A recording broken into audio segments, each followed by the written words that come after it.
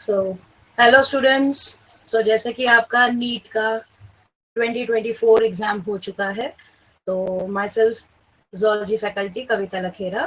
तो अब हम स्टार्ट करते हैं with the solutions of your NEET zoology.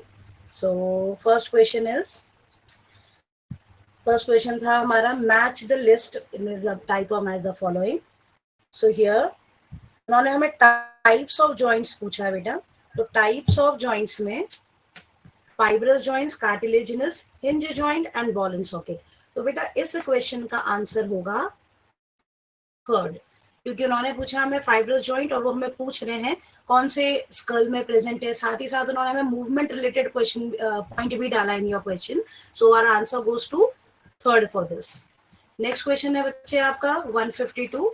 तो 152 में question is from human health and disease. So 152 question में वो हमें पूछ रहे हैं टाइप्स ऑफ डिजीजेस। ज्यादा से ज्यादा उन्होंने हमें यहाँ पे टेस्ट या टॉक्सिन पूछा गया है इसमें।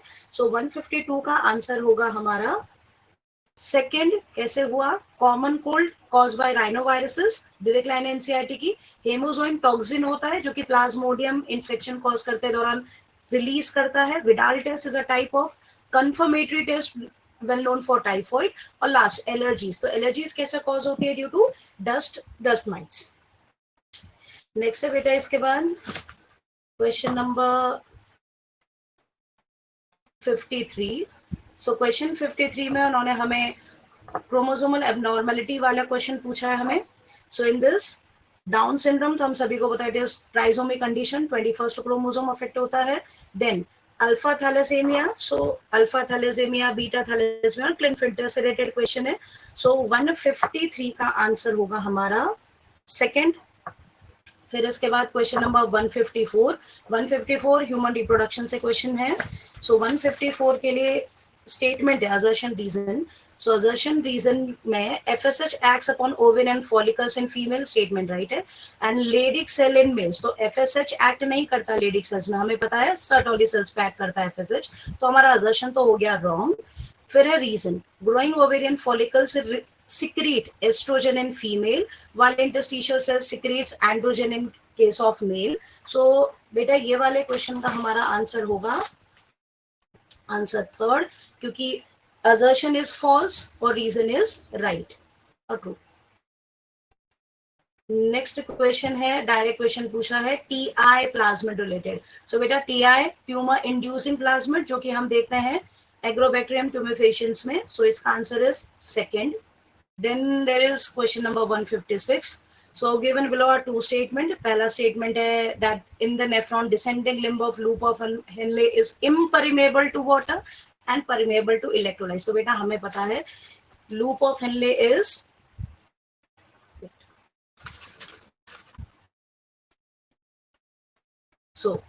so descending limb of loop of Henle is impermeable, नहीं permeable होता है water के लिए। सो इस और दूसरा हमें दिया PCT is lined by simple, बेटा columnar नहीं होता, हमें पता है it is cuboidal epithelium और again it increases surface area but the type of epithelium they have mentioned वो wrong दिया है, cuboidal होना चाहिए instead of columnar। तो इस हिसाब से हमारे इस क्वेश्चन का आंसर दोनों ही स्टेटमेंट्स हमारे फॉल्स होते हैं। नेक्स्ट इसके बाद क्वेश्चन 157। सो 150 क्वेश्चन है हमारा from your chapter cell division. तो इसमें हमें डायरेक्ट क्वेश्चन दिया गया है कि diakinesis, pachytene, zygotene and leptotene वाला। सो 157 का आंसर बेटा होगा हमारा सेकेंड, क्योंकि डायकाइनेसिस के टाइम पर टर्मिनलाइजेशन होता है कायस्माटा का, ठीक है। पैकाइटिन स्टेट के अंदर रिकॉम्बिनेंट नोड्यूल्स देखने को मिलते हैं। जाइगोटिन के अंदर सिनेप्टोनोमल कॉम्प्लेक्स फॉर्मेशन होता है। And case of leptotene chromosome हमें धागे जैसे दिखते हैं, thin like thread like appearance होता है उनका। सो तो बेटा इसका आंसर हमारा हो जाएगा सेकेंड। नेक्स्ट है question 158। So non medicated IUDs, तो हमें पता है नॉन मेडिकेटेड आईयूडीज किसमें आता है, लिपिड लूप को कहते हैं हम। Copper releasing IUDs multiload 375, hormone releasing होता है hormone LNG20 and implants are progestogens. So 158 का आंसर हो जाएगा हमारा थर्ड। नेक्स्ट है क्वेश्चन नंबर 159। सो 159 में पूछ रहा है वो which of the following is not a steroid hormone. तो इनमें से स्टीरॉयड हार्मोन बस ग्लूकेगॉन नहीं है, ये एक टाइप का पेप्टाइड हार्मोन होता है। Other than this testosterone, progesterone, cortisol, ये तीनों स्टेरॉइड हार्मोन्स होते हैं। नेक्स्ट है क्वेश्चन नंबर 160। सो 160 में उन्होंने पूछा है ह्यूमन स्टेजेस ऑफ इवोल्यूशन को पास से लेकर जो रीसेंट है, मतलब जो रीसेंट इवोल्यूशन में जो मॉडर्न मैन है उससे बताना है, उसका सीक्वेंस वो बता रहे, करेक्ट सीक्वेंस कौन सा है वो पूछ रहे हैं। तो बेटा अगर हम इस सीक्वेंस में देखते हैं तो हमारा पहला आता है होमो हैबिलिस, फिर आएगा homo erectus, then after that homo neanderthalensis, और last is homo sapiens. So our correct answer for 160 is third, ADCB. Next is question number 161। So बेटा एंजाइमेटिक एक्शन से क्वेश्चन है, बायोमोलिक्यूल्स एंजाइम टॉपिक से question आया है। So lipase, तो पहला है हमारा पॉइंट फॉर लाइपेज। तो लाइपेज एक्ट करता है एस्टर बॉन्ड में, एस्टेरिफिकेशन से ही बनता है क्योंकि वो। फिर आता है पॉइंट न्यूक्लियस के लिए, तो बेटा न्यूक्लियस जो है, न्यूक्लियस एक्ट करता है हमेशा फॉस्फोडाइएस्टर, क्योंकि न्यूक्लिक एसिड्स में जो बॉन्ड है वो फॉस्फोडाइएस्टर होता है। So nucleus acts at phosphodiester bond. फिर अब प्रोटीएज पेप्टाइड बॉन्ड पे एक्ट करेगा और एमाइलेज वर्क करेगा ग्लाइकोसाइडिक लिंकेज में। So correct answer for this question 161 is answer 2। Next है क्वेश्चन 162। सो 162 में पूछा गया है द प्रेजेंस और absence of hymen, again question आया ह्यूमन रिप्रोडक्शन से, द प्रेजेंस और absence of hymen is not a reliable indicator of virginity. ठीक है, so it is not a reliable indicator of virginity. उसकी प्रेजेंस होना है, absence होने के बेसिस में हम फीमेल की वर्जिनिटी को हम डिसाइड नहीं कर सकते। तो statement first is correct. While statement 2 क्या हो रहा है, hymen is torn during the first quarters only. नहीं, ये किसी स्पोर्ट्स एक्टिविटी में लाइक जॉल्टिंग हमने पढ़ा था, इस टाइप की एक्टिविटीज में भी पहले ही टॉर्न हो चुकी होती है। तो क्वेश्चन 162 का आंसर होगा हमारा सेकंड, क्योंकि स्टेटमेंट 1 ट्रू है, while statement second is false. Next है क्वेश्चन 163। तो क्वेश्चन 163 में 163 में पहला दिया है ए, तो अल्फा 1 एंटीट्रिप्सिन एम्फाइसिमा ट्रीट करने में यूज होता है। फिर है उसके बाद क्राई फर्स्ट ए बी। सो बेटा हमने जीन्स पढ़े थे कॉटन बोरर और कॉटन बॉल वॉर्म्स का। सो क्राई फर्स्ट ए बी जो है ये कॉर्न बोरर के लिए है, और क्राई फर्स्ट ए सी जो है it is for cotton bollworm. और लास्ट बचता एंजाइम रिप्लेसमेंट थेरेपी, तो ये हम पढ़ते हैं in your ADA deficiency application, biotechnology में एप्लीकेशन का पॉइंट है ये। सो इसका आंसर करेक्ट होगा सेकंड। नेक्स्ट है क्वेश्चन 164। बेटा पिक्टोरियल रिप्रेजेंटेशन से क्वेश्चन पूछा गया है for muscular tissues. So point है पहला, there are 3 types of muscles are given A B C D. तो बेटा ध्यान से देखो, आइडेंटिफाई करना है और करेक्टली मैच बताना है जहां कहीं भी उनकी बॉडी में हमारी लोकेशन पाई जाती है। तो पहला है first type, it is a skeletal. तो स्केलेटल हमने पढ़ा था ट्राइसेप्स बाइसेप्स दोनों जगह पे पाए जाते हैं। देन उसके बाद है स्मूथ मसल्स, और लास्ट दिए गए हैं डायग्रामेटिकली हमें समझ में आ रहा है ये कौन से, ये हार्ट में पाए जाने वाले कार्डिक मसल है। सो हमें मसल और उसका लोकेशन बताना है, तो पहला हमें डायग्राम के हिसाब से चलना है। तो पहला है स्केलेटल, दूसरा हो जाता है स्मूथ और इनवॉलेंट्री बोल सकते हैं, और तीसरा हो जाता है हमारा कार्डिक मसल। तो इसका सीक्वेंस फर्स्ट वाला राइट है। नेक्स्ट है क्वेश्चन 165। सो बेटा 165 में टाइफॉइड एक बैक्टीरियल डिजीज है, लिशमेनियासिस एक प्रोटोजोन डिजीज है, रिंगवर्म फंगल डिजीज है, और filariasis is caused by a nematode. So इसका करेक्ट आंसर हो जाएगा हमारा 165 का first. Next, match list first with the list second. तो पहला दिया गया है इसमें हमें, सो पहला दिया गया एक्सोनिम। तो एक्सोनिम जो है, एक्सोनिम जो है वो सीलिया एंड फ्लाजिला में पाया जाने वाला हम बोल सकते हैं स्ट्रक्चर है। फिर कार्टविल पैटर्न जो है वो हमें देखने को मिलता है in case of centriole. Crysta is present in the inner membrane of mitochondria, is modified to form crista. Or last is chromosomes have satellite, we have some satellite chromosomes, sad chromosome जिन्हें हम कहते हैं। तो हमारा 166 का answer जाएगा third. Next इसके बाद क्वेश्चन नंबर 167। तो वो क्वेश्चन पूछा गया है कॉकरोच से कि both sexes of cockroach, in both sexes of cockroach a pair of jointed filamentous structure. तो हमने पढ़ा था इट इज एनल सर्की और सर्काई, ये प्रेजेंट होते हैं दोनों के अंदर, मेल और फीमेल दोनों कॉकरोचेस में ये प्रेजेंट होते हैं सेगमेंट 10th सेगमेंट में। Next is question number 168। सो 168 में अगेन मैच द फॉलोइंग पूछा है क्वेश्चन में। सो 168 में प्लूरोब्रैकिया, ये स्ट्रक्चर, ये एग्जाम्पल है टीनोफोरा का। रेड्यूला हमने पढ़ा था माउथ पार्ट्स में एक रैस्पिंग लाइक ऑर्गन है, फाइल लाइक रैस्पिंग ऑर्गन है जिसे हम रेड्यूला कहते हैं, ये मोलस्क का कैरेक्टर है। स्टोमोकॉर्ड एसोसिएटेड विद हेमिकॉर्डेटा है और एयर ब्लैडर्स की प्रेजेंस देखने को मिलती है इन केस ऑफ ओस्टिकिथस। तो our answer for question 168 is first, animal kingdom से क्वेश्चन लिया गया है। नेक्स्ट क्वेश्चन नंबर 169, तो बेटा सीक्वेंस से पूछा है उन्होंने हमें 169 में, they are asking us the sequence. तो सीक्वेंस हम देखें अगर, तो पहला तो हमारा हो जाएगा एसए नोड, ठीक है। फिर इसके बाद एसए नोड के बाद आएगा एवी नोड, एवी नोड के बाद एवी बंडल, एवी बंडल के बाद आएगा बंडल ब्रांचेस, हम पढ़ते हैं right and left bundle branches में डिवाइड होता है। और लास्ट जो पेनिट्रेट करता है up to the level of wall of ventricles, तो वो होता है हमारे पर्किंजे फाइबर्स। सो इसका आंसर होगा 4। फिर है question 170, the flippers of the penguins and dolphins are examples of, so they both are examples of convergent evolution. Hello बच्चों, कैसे हो? आओ देखते हैं आप लोगों का जूलॉजी का एग्जाम में क्वेश्चन नंबर 177 क्या कह रहा है। Which one of the following correct products of DNA dependent RNA polymerase to the given template. एक टेम्पलेट दिया हुआ बहुत बड़ा सा, आपको पता है कि एक बहुत ही कस्टमाइजेबल सवाल है और बहुत ही प्रेडिक्टेबल सवाल है। तो आपको बस इसमें ये देखना है कि AUGC का कॉम्बिनेशन किस में बैठ रहा है। तो आइए इसमें देख लेते हैं। 3 to 5 एंड है तो 5 to 3 एंड तो सारे हैं। तो सबसे पहला तो चेक पॉइंट यही होता है कि भाई एक एंड जो होगा वो 3 to 5 है तो एक 5 to 3 एंड का होगा। अच्छा, इसमें क्या दिया हुआ है? AUG, ठीक है भाई, अच्छा साहब आपका AUG दिया है और इसमें दिया हुआ TAC, ठीक। तो TAC AUG नहीं, ठीक है, इट्स फाइन। AUG UACC और TACATGG, ठीक है। GC है, इसके बाद GGU, तो ठीक है। दिस इज सेकंड ऑप्शन आपका क्या हो जाएगा? करेक्ट हो जाएगा। Fine, so you go for second option. जितने लोगों ने सेकंड ऑप्शन लगाया है, kudos to you people.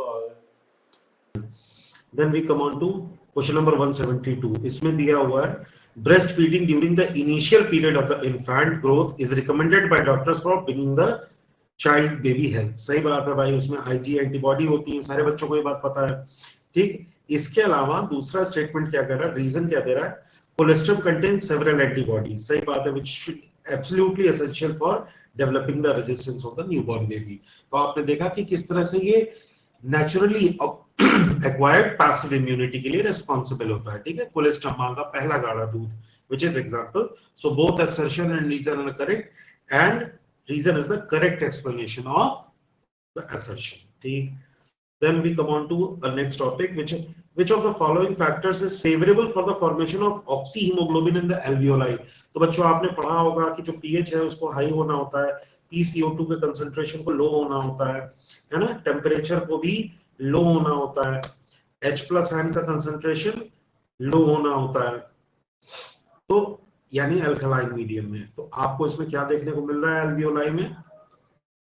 Alveoli में आपको देखने को मिलता है कि हीमोग्लोबिन का ऑक्सीजन के साथ कॉम्बिनेशन तब होगा जब पीएच जो है वो अल्कलाइन हो, partial pressure of carbon dioxide जो हो वो लो हो, टेम्परेचर जो होता है उसको लो होना होता है, और H+ आयन का जो कंसंट्रेशन है उसको भी कम होना होता है। H+ आयन का concentration is basically dependent upon कि आपका जो पीएच है वो कैसा हो रहा है, ठीक। तो इसमें आप कौन सा ऑप्शन देख रहे हो कि higher PO2 and lesser H+ ion concentration, ठीक। अच्छा, then we consider the following statement कि annelids are true coelomates। तो आपको ये देखना है कि कौन सा ऑप्शन इसमें से सही है। तो annelida are true coelomates, सही बात है। शिजोसिलोमिक बॉडी कैविटी इनकी होती है। पोरीफेरेंस और स्यूडोसिलोमेट ना, बिल्कुल भी नहीं, सिलोमिन के होते ही नहीं है। इसके बाद एस्केलिमेंथीज और एसिलोमेट नहीं, एस्केलिमेंथीज उल्टा ये स्यूडोसिलोमेट्स होते हैं। इसके अलावा प्लेटीहेलमिंथेस या स्यूडोसिलोमेट्स बिल्कुल भी नहीं है, एसिलोमेट एनिमल्स होते हैं। तो क्या हो जाएगा कि ओनली ए इज करेक्ट और बाकी और कोई करेक्ट नहीं है। चलो बच्चों, then we come on to our next topic which is 175। 175 में दिया सेल डिवीजन की स्टेजेस को क्रोनोलॉजिकल ऑर्डर में आपको अरेंज करना है। तो सबसे पहले G1 फेज आ जाएगा, फिर सिंथेसिस फेज आ जाएगा, फिर G2 आ जाएगा, यानी E आ जाएगा, C आ जाएगा, A आ जाएगा। तो आप E, C और A इसी ऑप्शन में देख ही रहे हो, तो सीधा सीधा इसको टिक करो और आगे बढ़ो, है ना। सवाल हमेशा बचाना चाहिए, अपना समय बचाइए। देखिए किस तरह से आप सॉल्व करते हैं smartly paper. Which of the following statement is incorrect? The most commonly used bioreactor is of steering type. साहब मानते हैं हम, bioreactors are used to produce small scale bacteria, small नहीं, large scale bacterial cultures को produce करने के लिए होता है, ठीक है। तो हमारा इनकरेक्ट स्टेटमेंट जो होगा वो कौन सा हो जाएगा? सॉरी, मैंने करेक्ट स्टेटमेंट कर दिया था। तो जो इनकरेक्ट स्टेटमेंट है वो ये हो जाएगा कि भाई बायोरिएक्टर्स जो होते हैं वो लार्ज स्केल प्रोडक्शन के लिए होते हैं, ना कि स्मॉल स्केल प्रोडक्शन के लिए होते हैं। चलो ये तो एक आसान सवाल था, तुम लोग इससे बच जाओगे बेटा। ठीक है, now we come on to the next. ये मैच द फॉलोइंग, इस बार मैच द फॉलोइंग बहुत आया, ठीक है ना। तो आप इसमें डी ऑप्शन देखो, सेरिबेलम। सेरिबेलम क्या है? Provides additional space for nephrons, regulates the neurons के लिए और regulates posture and balance. Main इसका जो काम है वॉलंटरी पोस्चर और बैलेंस को मेंटेन करके चलता है। तो आप अगर देखोगे कि डी का वन तो सिर्फ एक ही ऑप्शन है ही है, तो इसके अलावा इसमें ज्यादा कुछ करना नहीं है, फटाफट आगे बढ़ जाइए, ठीक है। वैसे चलो मैं तुम लोगों को दिखा देता हूँ। अब डी के हिसाब से ए का 3 है, ठीक है। Connect the different part regions of the brain. अब पॉन्स को different region of the brain से कलेक्शन दिखाया हुआ है, ठीक। अब देखो मेडुला ऑब्लोंगेटा को जो है, बी को इन्होंने दिखाया है 4 न्यूरोसेक्रेटरी सेल्स हाइपोथैलेमस को, और सी मेडुला को दिखाया है 2 controls respiration and gastric secretions. अगर गैस्ट्रिक सिक्रीशन ना लिखा होता तो जो रेस्पिरेशन है वो तो कॉन्स भी कराता है, रेस्पिरेशन का न्यूमोटैक्टिक सेंटर वही होता है लोकेटेड। लेकिन फिर एनटीए वालों ने क्या किया कि गैस्ट्रिक सिक्रीशन भी डाल करके उसका सही ऑप्शन मेडुला बना दिया। चालाक होते हैं ये। Which of the following is not a natural or traditional contraceptive method? कौन सा नहीं है भाई? Periodic abstinence. तो आपको पता है कि what do you mean by the term periodic abstinence? आप ये देखेंगे कि ओव्यूलेशन अगर डे 14 पे हो रहा है तो 10 से 17 दिन के बीच में, between 10th to 17th day आपको क्वाइटस अवॉइड करना, this is known as periodic abstinence. इसके अलावा लैक्टेशनल एमेनोरिया एक और मेथड है जिसमें आप, ये नेचर्स वे है to keep space between the children. इसमें क्या होता है कि प्रोलैक्टिन की मात्रा इतनी ज्यादा बढ़ी हुई होती है कि वो एफएसएच के सिक्रीशन को, बेसिकली जीएनआरएच के सिक्रीशन को सप्रेस कर देता है, जिसकी वजह से एमेनोरिया यानी कि फॉलिकुलोजेनेसिस होएगी नहीं तो प्रेगनेंसी होती नहीं है। तो ये भी सही है। वॉल्ट्स, डायफ्राम और वॉल्ट ये ट्रेडिशनल या नेचुरल मेथड नहीं है, ये बेसिकली मैकेनिकल ब्लॉक्स हैं जिनको कि सर्विक्स पे लगाया जाता है ताकि गैमीट का फ्यूजन ना हो पाए। सो मैं जाऊंगा कि see, this is the odd one out among the all. इसके बाद आ जाता है which one of the following factor will not affect the Hardy Weinberg equilibrium, यानी हार्डी-विनबर्ग इक्विलिब्रियम हमेशा वैसा ही बने रहेगा अगर genetic, which of the following factor will not affect? Genetic drift बिल्कुल इफेक्ट करता है, जीन माइग्रेशन बिल्कुल इफेक्ट करता है, कौन नहीं, तो यही नहीं करेगा, है ना। तो आप इसमें लिख देंगे सी, कांस्टेंट जीन पूल और जेनेटिक रिकॉम्बिनेशन बिल्कुल इफेक्ट करता है।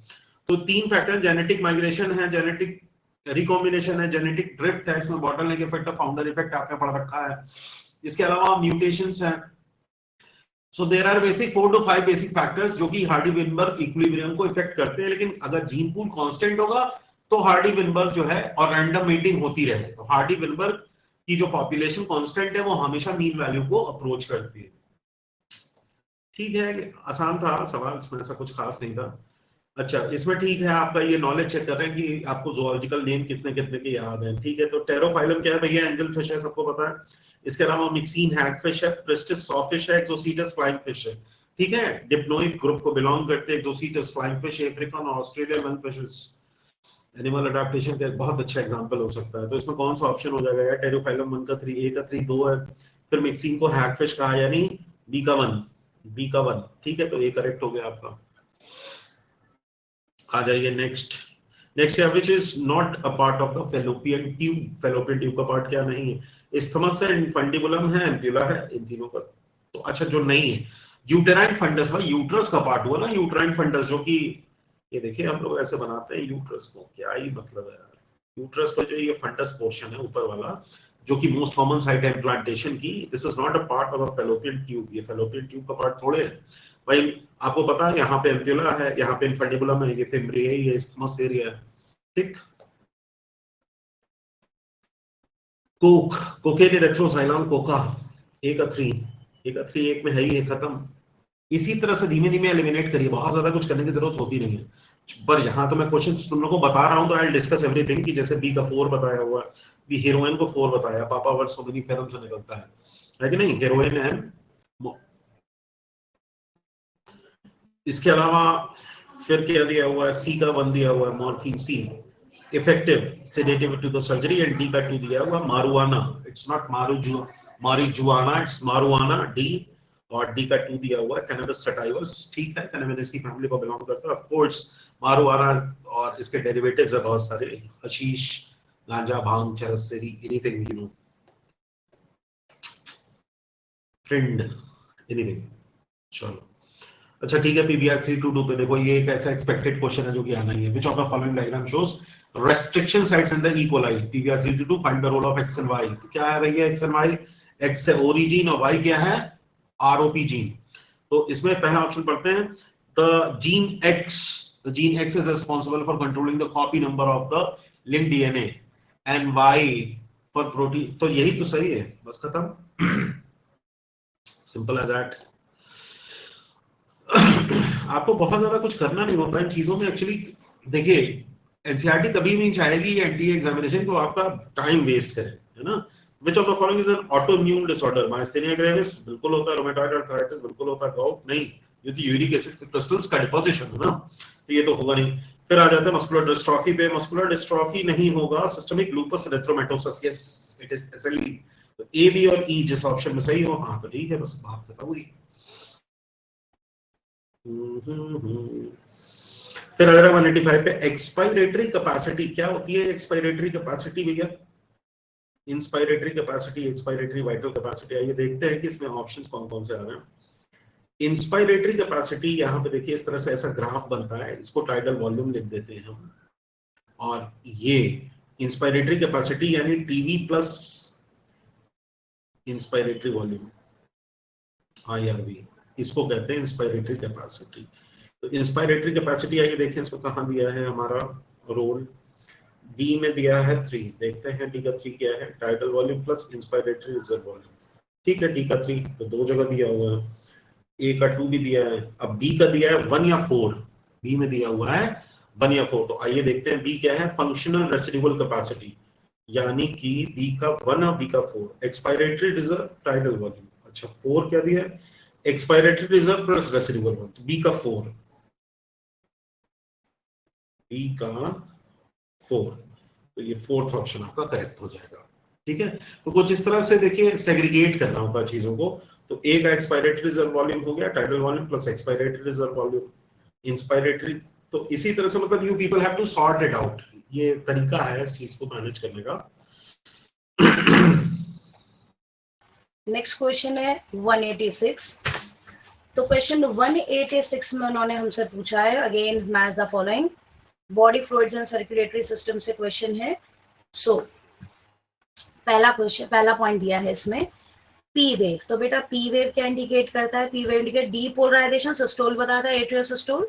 फिर आता है QRS indicates QRS complex indicates depolarization of ventricles। T wave, अब आता है नंबर किसका, टी वेव। तो टी वेव हमें क्या बताता है, उसके अंदर रिपोलराइजेशन ऑफ वेंट्रिकल्स, और टी से लेकर जो पी तक का गैप है ये बताता है कि जो हमारे हार्ट के मसल्स हैं वो फिलहाल इलेक्ट्रिकली एक्साइटेड स्टेट में नहीं है, क्योंकि रिलैक्स स्टेट चल रही होती है। तो heart muscles are electrically silent during this stage from gap between T से लेकर पी तक। So answer for this question is first. Next is question number 187।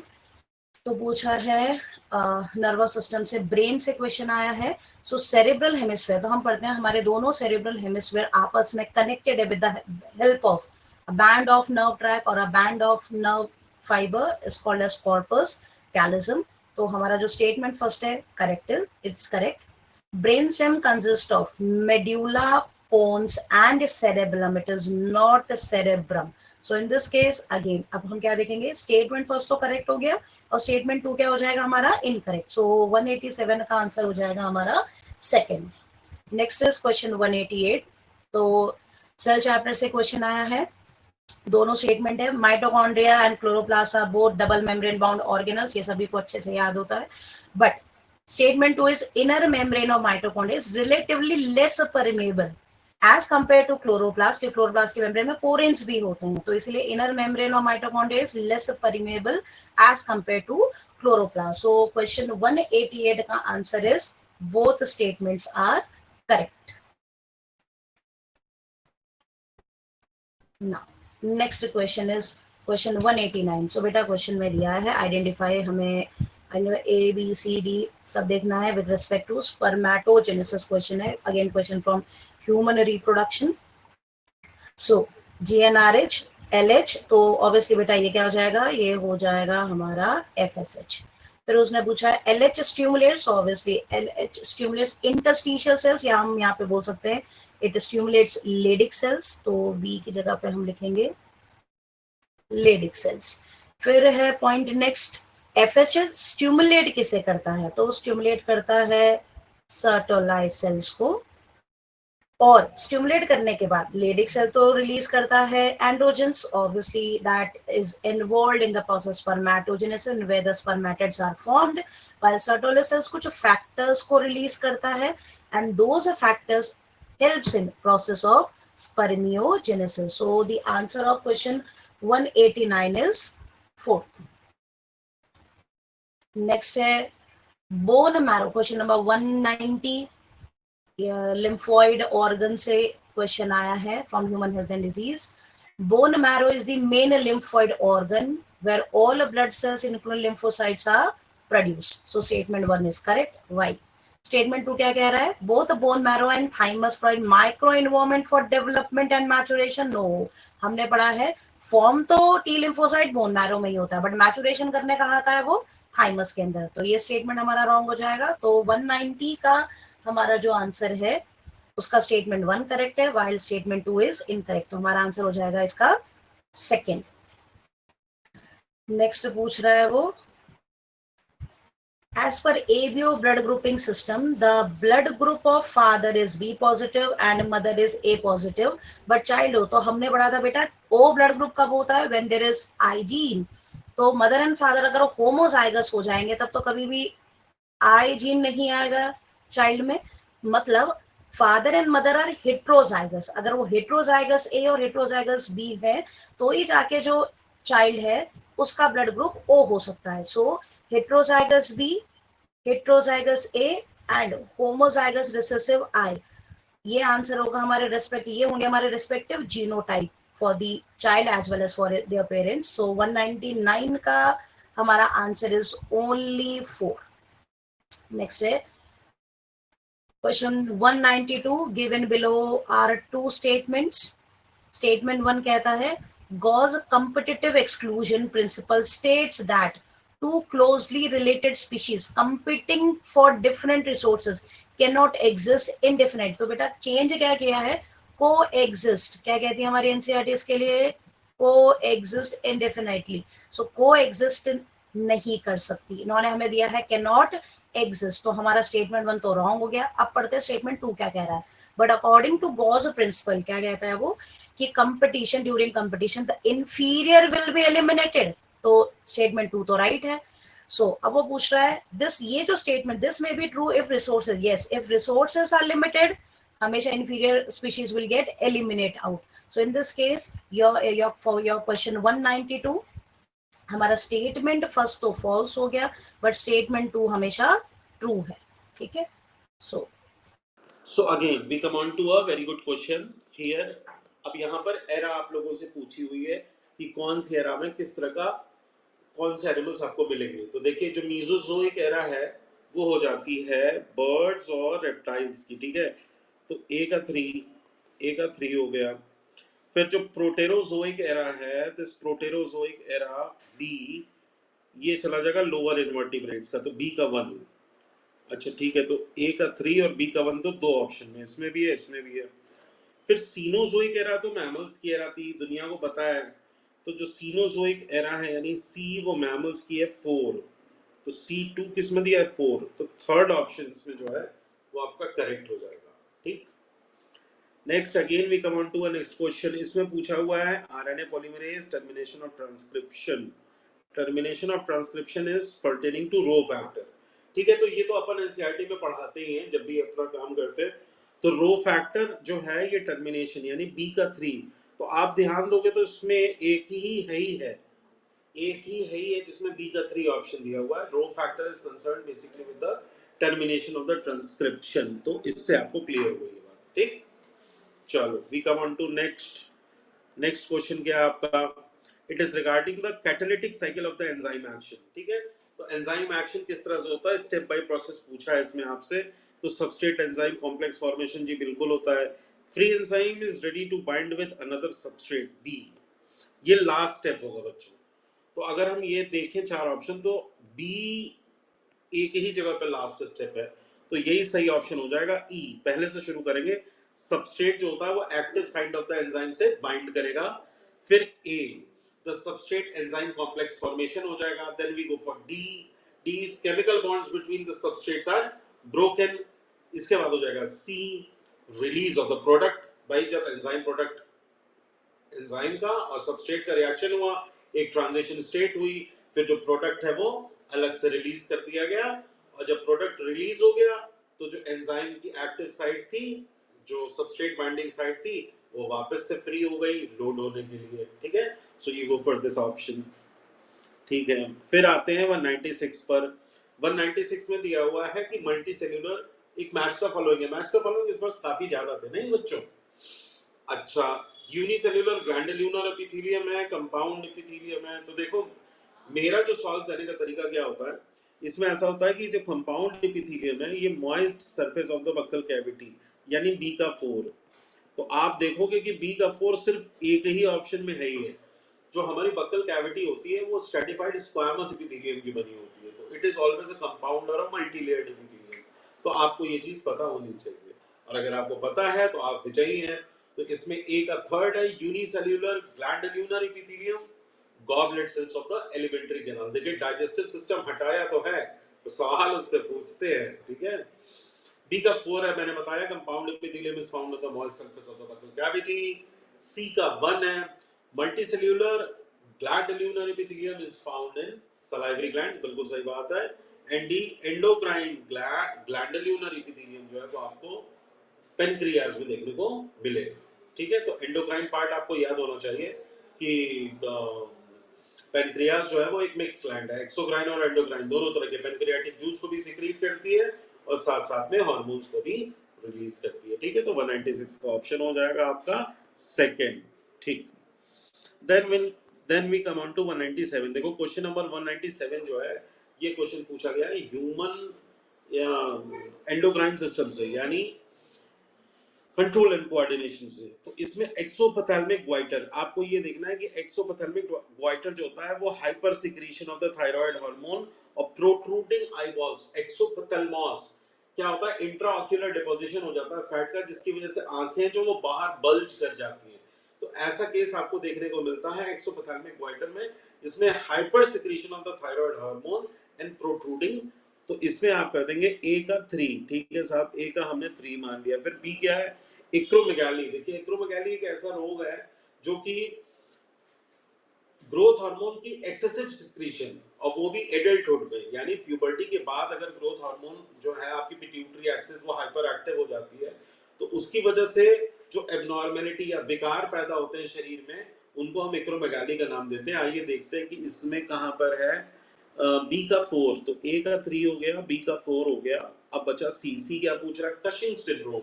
सारा बच्चा जानता है excessive secretion of cortisol. Cushing syndrome जो है moons face, fish mouth, buffalo हम, ये कुछ ऐसे साइंस एंड सिम्टम्स हैं जिनको देख करके हम लोग पेशेंटों को पहचान लेते हैं कि ये बंदा या बंदी, कोई भी लड़का या लड़की, औरत या आदमी, कोई भी हो सकता है, is basically suffering from excessive secretion of cortisol. ठीक है, तो ये एक सुप्रारीनल एबनॉर्मेलिटी है कशिंग सिंड्रोम। तो सी का जो है वो हो गया 1। ठीक है, अच्छा कशिंग सिंड्रोम। तो और डी का क्या लिख रहे हैं बच्चों? डी क्रिटिनिज्म है। Cretinism hyposecretion of the thyroid, ठीक है, तो hyposecretion of the thyroid hormone, cretinic stunt growth होती है इसकी, इसकी भी ग्रोथ स्टंट होती है। देखिए क्रिटिनिज्म जो है, ठीक है, स्टंट ग्रोथ। तो A3B4C1 आपको किसी में जिसमें दिख रहा हो,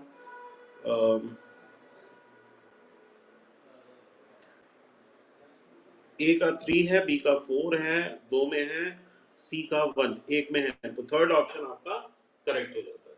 ठीक, देन अगेन चलो नेक्स्ट क्या दे रहा है? Choose the correct statement given below regarding the juxtamedullary nephrons. Renal corpuscle of the juxtamedullary nephron lies in the correct statement. बाकी मतलब सब गलत है। So the renal corpuscle of the juxtamedullary nephron lies in the outer portion of the renal medulla, नहीं medulla नहीं, cortical region में, ठीक, तो ये गलत हो गया, ये तो गलत है।